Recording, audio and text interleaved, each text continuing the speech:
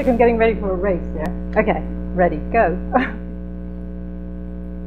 Hi, my name's Elisa Del Galdo. I've come over from London to talk, and this talk is a bit about my 25 years of experience. Is it not going forward?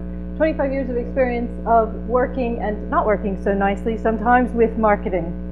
So we're going to first talk about the ugly period, which was not very attractive. This is sort of the 80s and the 90s. When I first started working, we were known as human factors, ergonomics, HCI, and sort of just getting a hold.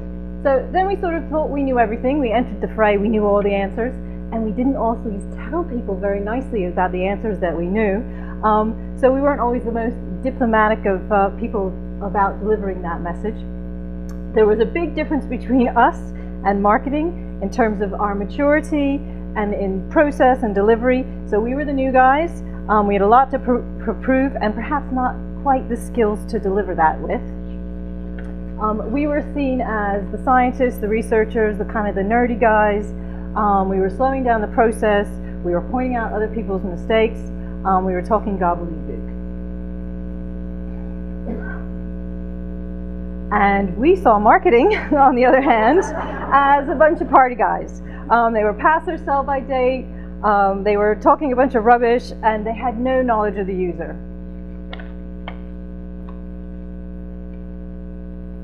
And the result is we didn't really talk to each other. We didn't like each other. We didn't even talk nicely when we did talk. It didn't work. There was no collaboration. And in fact, it was the opposite. We tended to sort of bicker with each other in meetings. I see things, people going, yeah, we did that. Then it got a bit better, but it still wasn't that great. Moving into the 90s, relations began to thaw, but you know, they weren't that good. UX was growing teeth, which made us a little less attractive to marketing, and marketing was a bit more on the back foot now. So then began the battle for domain. You know, who does what?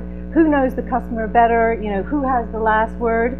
And then things like the return on investment in UX, that even starts becoming a marketing message. So who would have thought, you know? So then we get, you know, the growing up bit where it's kind of hard to do. So we have to be able to deliver in a mature way. We have to be able to do it on time, efficiently, effectively.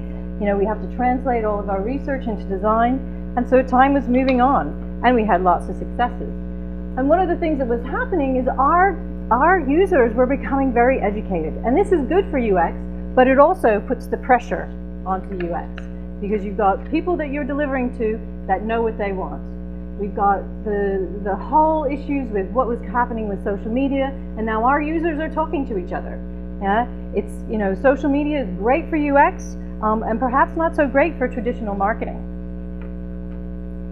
So we created a new problem for ourselves. You know, there were a lot of imposters. Somebody else talked about the imposters coming out. You know, the Me Too's. I do UX. But what it was doing is, you know, it could actually bring down the reputation for UX, because a lot of people were doing it and didn't really know what they were doing. But it became a very strong selling point. The good, kind of, but maybe not perfect. More recent years, we're working more collaboratively with marketing. Best case, we're, you know, even working on an even playing field where each has expertise to offer. So, you know, UX has made the leap into being a big grown-up discipline. You know, they're established. We're now almost, you know, mainstream in many places. You know, you see us in advertisements about people talking about usability, you know, and commercially we're working well with marketing in many cases. So, you know, the collaboration proves in many cases now to be highly effective. You know, each discipline appreciating what the other one brings to the table. So enhancing and supporting what we both do. Things becoming more joined up. So we like to share. We're still different, but we're sharing and working together. Yeah, and it's sort of, you know, it's bringing everything together. We're seeing benefits in that working collaboratively. Okay. So, and then what we're doing is, you know, we create this room. You know, marketing's working on creating that door that everybody wants to go through, and UX just has to fill the room, you know, to keep them there. So what are we doing to keep them there? So it's the point of, you know, sort of the persuasion that we get people into. So we're working together very closely on the persuasive design stuff, where, you know, there's the message, and there's the way we deliver it, and then there's the kind of the product inside. But by doing that all together, it becomes a very collaborative and joined up exercise. I don't know what to do with it.